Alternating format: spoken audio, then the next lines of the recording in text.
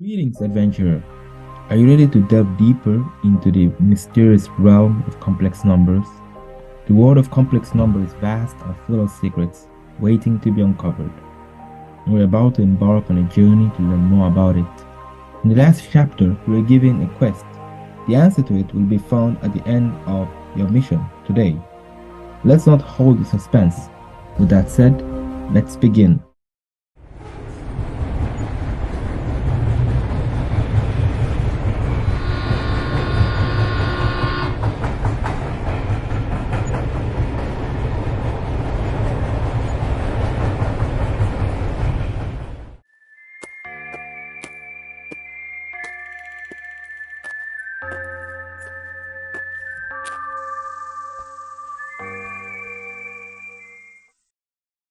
The mission today will be about arguments and absolute values. On our previous videos, we have been representing complex numbers using the form a plus bi on a complex plane. However, there is another approach to it. How exactly, you may ask? To demonstrate an alternative approach to representing complex numbers on a complex plane, we can begin by plotting the complex number point. Then we can draw a line directly from the point to the origin. This line forms an angle with the x-axis, also known as the argument, and its length is the absolute value or modulus.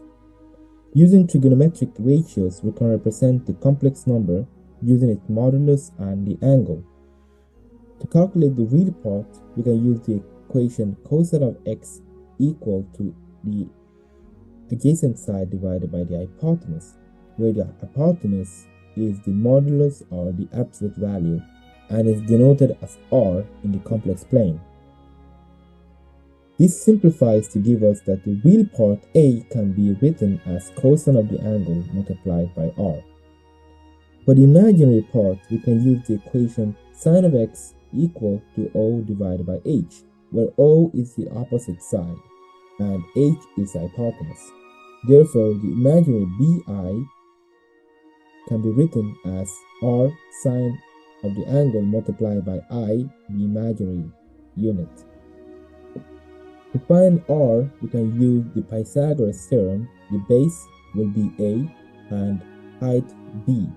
So r will be simplified to be square root of a squared plus b squared.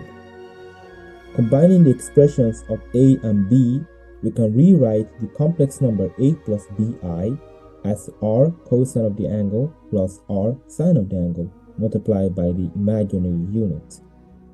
Mathematicians have a nice name for this new form, and it's known as the polar form.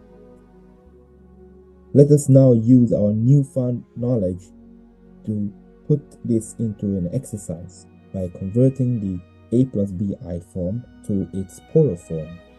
Let us try for 3 plus 4i. Let us begin by finding the r, the modulus. Using the Pythagoras theorem, we can get that r is square root of 9 plus 9 squared plus 4 squared, and that is equal to square root of 25. And that simplifies later to 5. So that means that our modulus is equal to 5. The angle can be found using any trig ratio. Let us use sine of x being equal to o divided by h, where o is the opposite side to the angle and h is the hypotenuse. X will be the arcsine of 4 divided by 5, and that is approximately equal to 53. Combining everything, we get that the polar form of 3 plus 4i is approximately equal to 5 multiplied by cosine of 53 plus 5 times sine of 53 multiplied by the imaginary unit.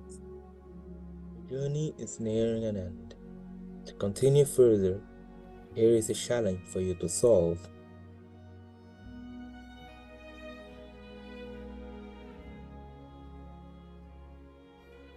And as promised, here is the solution to your last quest.